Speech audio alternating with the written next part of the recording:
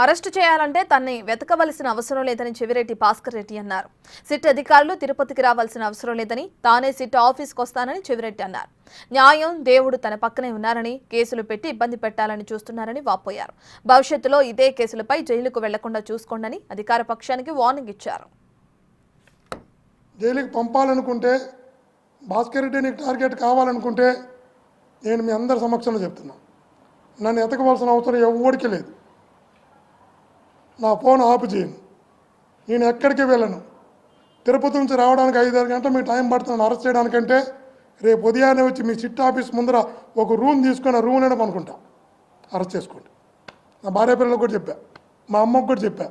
చంద్రబాబు వచ్చాడు, అప్పుడు జైలుకి పంపాడు, మళ్ళా చంద్రబాబు వచ్చాడు, మళ్ళా జైలుకి పంపుతున్నాడు. ఓకే, దేవుడు ఉన్నాడు నా పక్క, న్యాయం ఉంది నా పక్క, నేను సిద్ధంగా ఉన్నా చెప్తే వాళ్ళు కూడా చెప్పారు, దేవుడు మన వెనకాల ఉన్నంతకాలం ఇవేమి నిలవు, నువ్వు ధైర్యంగా వెళ్ళరా, కావాలంటే ఇబ్బంది లేదు. మా అమ్మ కూడా చెప్పింది, భయపడాల్సిన మా అమ్మ కూడా. నేనే చెప్తాను, నేను ఎప్పుడో రాజకీయాల నుంచి వచ్చా, విద్యార్థి నుంచి, విద్యార్థి నాయకుల నుంచి వచ్చా. మీరు కేసులు పెట్టి ఇబ్బంది పెట్టాలనుకుంటే ఏదో అయిపోతుందని భయపడమన్నాం కాదు, కానీ గుర్తుపెట్టుకోండి, ఇదే కేసుల్లో మీరు జైలుకి పోకుండా చూసుకోండి. భవిష్యత్తులో మీరు జైలుకి పోకుండా చూసుకోండి, ఇదే కేసుల్లో, ఇదే తప్పుడు కేసుల్లో.